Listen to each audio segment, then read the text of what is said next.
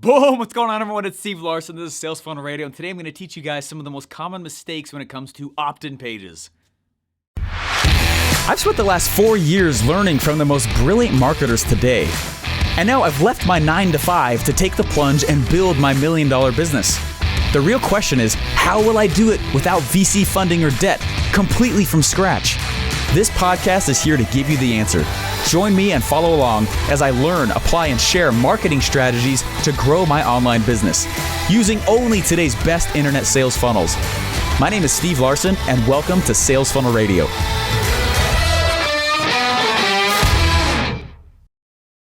What's up, guys? I'm excited for today. I'm excited for this. I actually have really been looking forward to this one. I actually created recently a whole course about opt-ins. Now, the only reason I did that is because it's a free course. If you go to freeoptincourse.com, there you go. There's the golden nugget of the entire episode, okay? freeoptincourse.com takes you through a live funnel build that I did to teach people how to actually get an opt-in. Now, you might laugh at that a little bit. You know, it's like, hey, this is Sales Funnel Radio.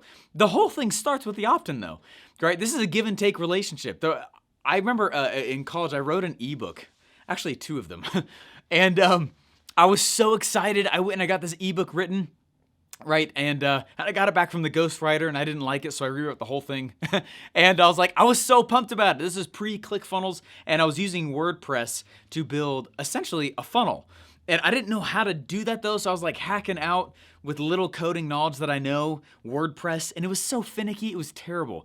And it was another one of those experiences for me where I was spending inordinate amounts of time putting together this funnel, and it was crappy, and I kind of knew that, and I was like, maybe it'll still work though. And I patched together a payment processor, and I kind of patched together an email autoresponder, and it was really, really hard. It's very finicky, again, this pre-ClickFunnels days, and I was so stoked about this thing. And I went and I wrote this ebook, and this is back in the day when I believed that a sale happens because of the product, right? And if you guys have been following me at all, you know that's not true, right? But the sale happens because of a sales message, not the product. Those are 2 very different things. No one buys because of the product, they buy because of the message. Well, it was before I knew that. It was before I knew any of that stuff. And I was so stoked. It was this ebook, and it was targeted at students, which was, first of all, really stupid because they're all broke. And it was this, anyway, it's terrible. I spent all this time putting this thing together. I think it took me 2 days just to create the sales letter, and even just to get people to opt in or whatever. And guys, I launched this thing and nobody even opted in, right? No one even. I mean, I had so many failures with this stuff way back in the day. And I was excited, guys. I was proud. I was like, yeah, check this out. This is my product, and I knew it was really good. And it was the reasons why I was doing so well in school, and I was putting like awesome knowledge in this thing, and it was honestly really, really awesome. But I was so convinced that the product is the reason you opt in. I was so convinced that this, the product is the reason somebody buys. And anyway, so what I want to do real quick is I want to walk through the more common mistakes that I see when it comes to actually creating opt-ins, right? If you can't get opt-ins, you're already dead in the water, right? Especially when it comes to putting a sales funnel on the internet. You're already dead in the water. If you can't even get somebody to opt into your thing, right? A free thing, how are you gonna get them to buy? Okay, and so what I wanted to do is I wanted to walk through, I actually wrote a little list here, so you see me look up and down here a few times, but I wrote a little list here just thinking through like, these really are the most common things that I see as mishaps for why people opt in or not opt in, okay? A little while ago, somebody sent me a message and they're like, hey, will you critique my funnel? And just so you guys know, I'm always willing to critique somebody's funnel. If you guys want me to do that, you can go to stevejlarsen.com. stevejlarsen.com is where I can critique your funnel. I sell one-on-one hour coaching sessions. We can dive through whatever you want to. And anyway, so there's a guy that I was doing it for, and it was a bunch of fun. I really enjoyed it. It was actually, I love these guys. They were so cool. I have mad admiration for them. It was some guys over in Hollywood, and it was really, really fun. And they worked with a lot of actors. And it was, anyways, really cool. So they sent me out this page, right? And they sent me out the squeeze page, and I started looking through the squeeze page and their funnel. And the very first thing that I noticed was how many places I could click, right? And I started looking through the page, and I'm not gonna say who it was or whatever, but I was looking through, and there were so many places that I could click. There were so many places that I could exit. And that's one of the major literally the defining thing between what a funnel versus a website is, okay? Let's think about this. If I have a squeeze page, right, and the goal of the squeeze page is to get someone's contact information so that you can continue to market to them and upsell them and serve them, okay, and add value. If you're not adding value, they're gonna unsubscribe anyway, okay? So make sure you're always adding value as well, okay? But you're gonna go in and you're gonna grab somebody's email. Well, the thing is that, like, if I go and I get on a page, and you can look at your squeeze pages now, you can look at your opt-in page. If you guys don't know what I'm talking about, a squeeze page, an opt-in page, landing page, those are all kind of synonymous terms. Reverse squeeze page, right? There's subtle differences between all of them. There really are, okay? But the main premise, the main idea is you're going to get somebody to give your email, or their email address, or some kind of contact info to start the marketing relationship, okay? That's really all it is. Well, I was looking at this guy's squeeze page, and the problem is that it wasn't a squeeze page. It was a classic website that happened to have an opt-in box on it, and they were treating it like a squeeze page, and they were driving a lot of traffic. Okay, these guys were spending a ton of money driving traffic to this page, and I was like, you know, right off the bat, I immediately knew what the problem was, and I was looking at their conversion rates, and I was looking at all this traffic coming in. I was looking at their numbers, and the numbers were telling the story. All right, they had almost no, I mean, they were having like maybe 1 to 2% of people opt in for the free thing. Okay, that's like, something is wrong, right? I should be getting at least 30% in my mind for a good, I was looking at Affiliate Outrage, right? It's a free program. Is it a squeeze page? It is, right? And you might be like, well, Steven, you have a full course you're offering on the back. Yeah, but it's still a squeeze page. I just looked, 71% opt-in rates just in the last week. It hasn't even, it's been launched for a while. So still, anyway, it's very exciting to have those kinds of numbers on there. A lot of my other squeeze pages right now are getting around 62% opt-in rate. I have another one that, right now for a different, it's like a content funnel. Anyways, it's different, but it's got a 40-something% opt-in rate, which is crazy, guys. Super, super cool.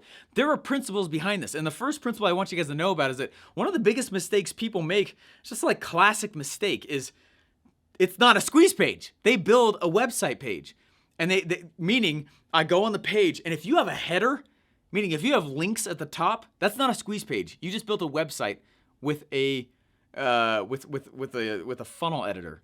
Okay, you can totally build a website in something like ClickFunnels. I've done it a couple times now. Okay, if you have more than one exit from the page, meaning they should either have to put in their email address and press submit, or literally close the tab. That is a landing page, a squeeze page. I'm gonna call them squeeze pages. Okay, kind of synonymous though. That's like the classic blunder though. At the bottom, when it comes to all the legal terms and stuff, I put terms and privacy. That's it, right? And a copyright. That's it. And you know, the business address. You know, I put the legal crap on there, but besides like terms and privacy, I don't put anything else in the bottom. I definitely don't have anything at the top of the page, right? And the only way to get through, the only way to actually move forward is to give their email, right? Or whatever contact you're asking for. That's how a squeeze page works. That's the definition of it. It squeezes, okay? Give me some info, right? And I'll give you some sweet value. That's like the classic number one blunder. Okay, number two, this is probably even, now if you've been in funnel building at all, you're like, duh, Steven, I get that. But number two, the one that I see people mess up the most on is there's literally just no curiosity. That's it. There's no curiosity. The headline, you've not asked any open loops, right? The headline is not giving any kind of alluring promise. There's no alluring promise to what the headline is like the most the first time I ever built a squeeze page was with my buddy in college. He and I were doing an affiliate marketing thing. We decided we were going to leave a class and never come back, and because it was so boring. And anyway, we got in there, and I was looking. We spent probably 3 hours just on the headline. Okay, it almost got to a frustrating pace. Like we was like, come on, we got to move on faster. But like we really wanted this thing to work. Okay, it's like it's not uncommon at ClickFunnels, right? We'd spend sometimes two to 3 days just on the headline. Okay, just on the headline. It's that important. So if you're just writing them on a whim, that's typically the biggest reason I see that people's squeeze pages don't work. Right? They might just have one exit, which is great, which is what you should have. but there's no curiosity in the page. You literally have answered every one of the questions that you brought up on the same page. Therefore, why should I opt in? Okay, you want to increase your conversions?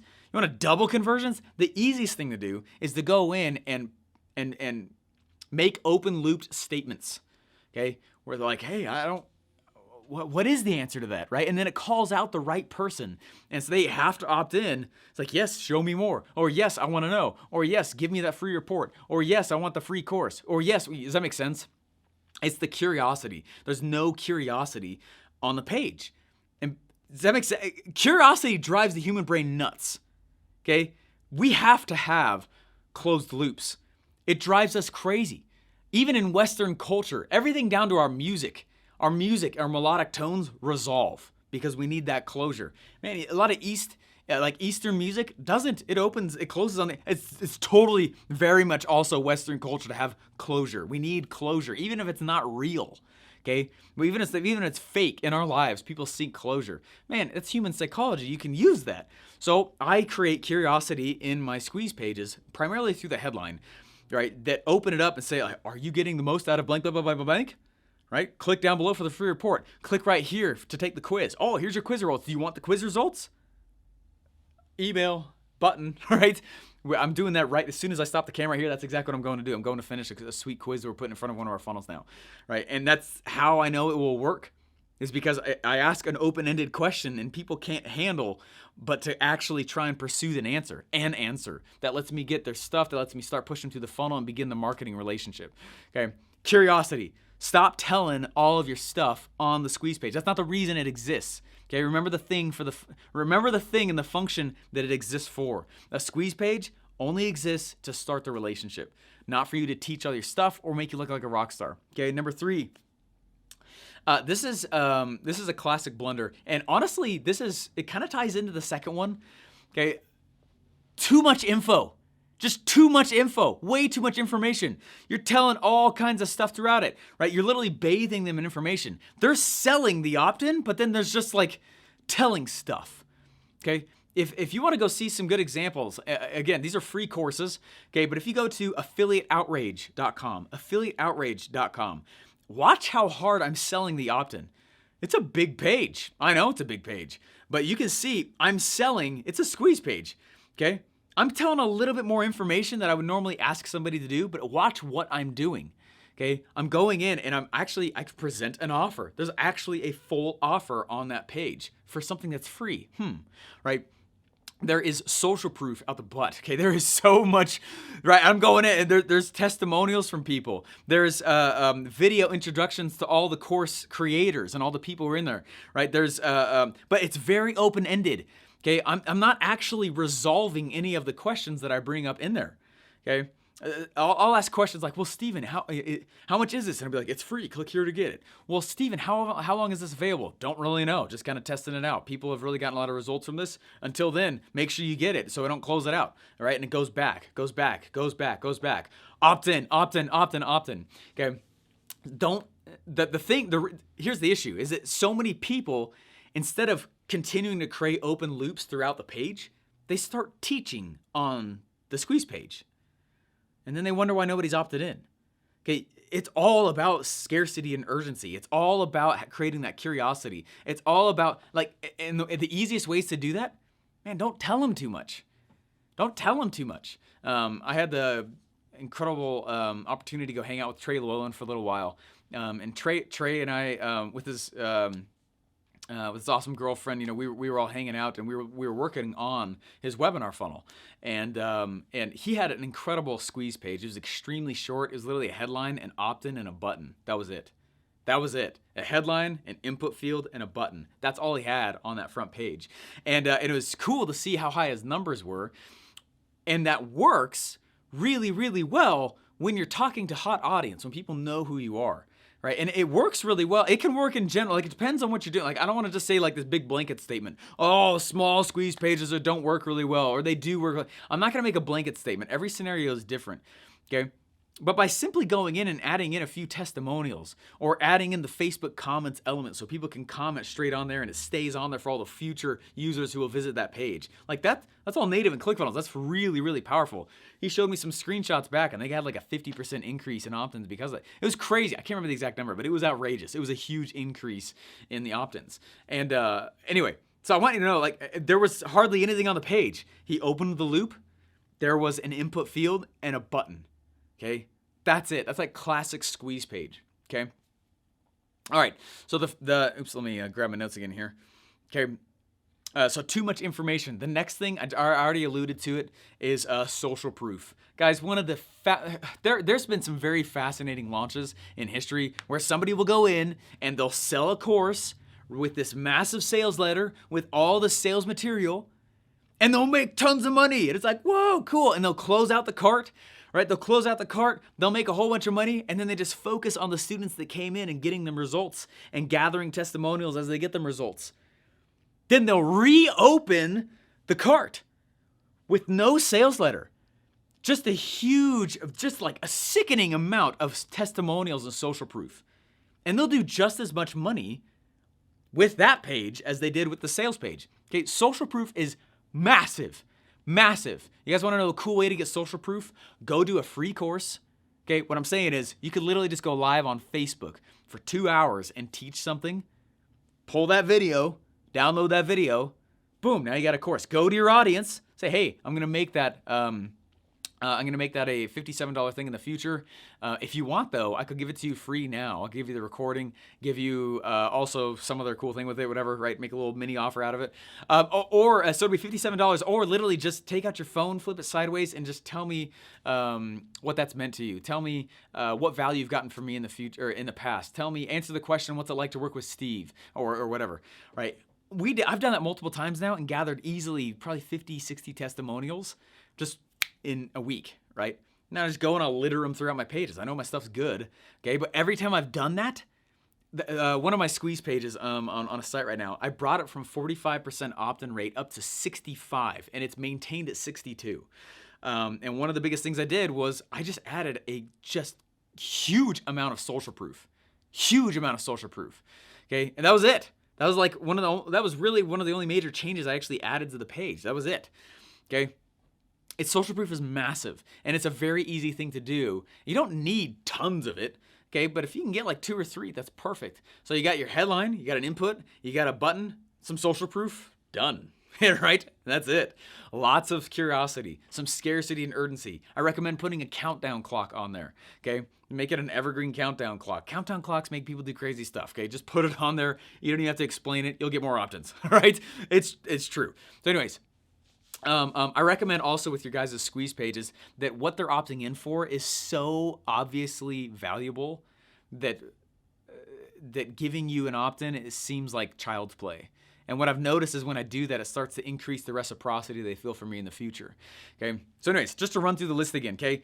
Number one classic example is somebody who doesn't really understand funnels yet will come in and there's just too many exits, way too many exits. I recommend using something like an exit pop. I don't care. Exit pops? What's Stephen doing? Exit pop? Yeah, I don't care bothering people one more time before they leave and I may never see them again. An exit pop works miracles. Okay, I love exit pops. It definitely increases my conversions by a lot. Exit pops are awesome. Too many exits. No curiosity. You literally are telling everything. Okay, it's all about creating open loops. That's what gets them going. Too much information. Just stuff. Okay. If you are going to put a lot of stuff in there, and if it is going to be a big one, like I was saying, you can go look at affiliateoutrage.com to see this format that I follow, right? And the more of those kinds of things I added in, my conversions went up. But everything I put on the page has to do with back to the opt-in. I'm not selling the thing down the road. I'm just selling the very next step I want them to take. Opt-in. Rather than, hey, there's a course down the future that's going to be this amount. Or, hey, why don't you get coaching from me? Or, hey, why don't you, right? I'm not selling that crap. I'm only selling the very next step. Right? Just like in an email. The email doesn't sell the product, it sells whatever link is in the email. Then they click on the link and they go to the page. Then the page sells whatever the very next step is. Too many people sell the thing that's down the road rather than the next step. Okay, easiest way to kill your crap. Okay, don't do that. Same with the squeeze page. You're just selling the opt-in. That's it. The page sells the opt-in. The page sells getting their email address. The page sells getting and going and clicking to the very next step. Not what's on the next step. Just that step. Yeah? All right, so too much information. Having no social proof, which I just let you know a cool way to go get it. Not having a countdown clock. Those are classic, very easy ways. Videos can help, but sometimes I see the way people create a video is that actually will hinder the opt-in. I don't recommend having a video for your opt-in, okay? If your thing requires some explaining to do, maybe, but man, it's got to be like high pressure. It's got not pressure. Pressure's the wrong word. It's got to be high pace. It's got to be exciting to watch. I don't recommend having videos. Affiliate Outrage is probably the only one where I really do have a video, and it's only because it took me a while to craft it and make it the feel the way it did. And anyway, it's not a normal thing for me to go do because most of the time I find that videos on squeeze pages slow down the rate of opting in, right? They slow down the rate of consuming. And so I'll put a video on the next page. If I'm doing a reverse squeeze page, if you don't know what that is, go look at the Funnel Hacker Cookbook. Then maybe you'll put a video on there. But it's not a normal play for me. Okay, it's not a normal thing that I go and do. So sometimes some of you guys, if you're like, hey, I can't get more opt-ins and you have a video, just take the video off and just try it. You know, do a little split test and see what happens. You most likely will get a higher opt-in rate because it won't slow the momentum down so much. Anyway, guys, hopefully you found this list helpful. Hopefully you guys saw, and I know it's a little more of a tactical episode here, but just know that like, this is a pretty basic skill in the funnel building world. If you want to be a funnel builder, get good at creating squeeze pages and list building. That's really what it is. Lists are the only asset on the internet. Not the funnel, not your product, not your sales message. It really is the list, right? And the list is what will save you if something goes out or the bottom falls off from it or something, right? The list is the real asset on the internet, not the product, not the sales message, none of that. All that stuff is transferable. You can take those other places. The list, though, that's the real thing that you want. So if you want to be a funnel builder, you got to get good at opting in. You got to get good at getting people to opt in. You got to get good at delivering value up front. You got to get good at pulling people in and helping them realize like, oh, logically, I see why I should give you my email, right? And or whatever, contact info. Anyway, so I just hope this is helpful to you. Go back to your squeeze pages. Use the list I kind of went through to go through and kind of like look at your squeeze pages and play devil's advocate. Like, man, yeah, you're right. This does suck. You know, make sure it's mobile optimized. Make sure it's right. Make sure there's all. That's like one area. I found it's like harder to create a converting opt-in page than a lot of times the actual order page. Right? It's such a delicate place. It's the first time a lot of people will even see you or hear about you or know who you are. Okay? It's such a delicate, that's why I spend so much time on them. Even though it's a lot of times there's not many words on it. It's such a delicate first encounter and you have to make sure that it's awesome. So that's why I wanted to make this episode for you guys today. Make sure you go back, check this stuff out, start, and the funnest thing to go do is start, just do some, start running through people's pages for them for free. There was just last story here, then I'll end here. There was I can't remember who it was.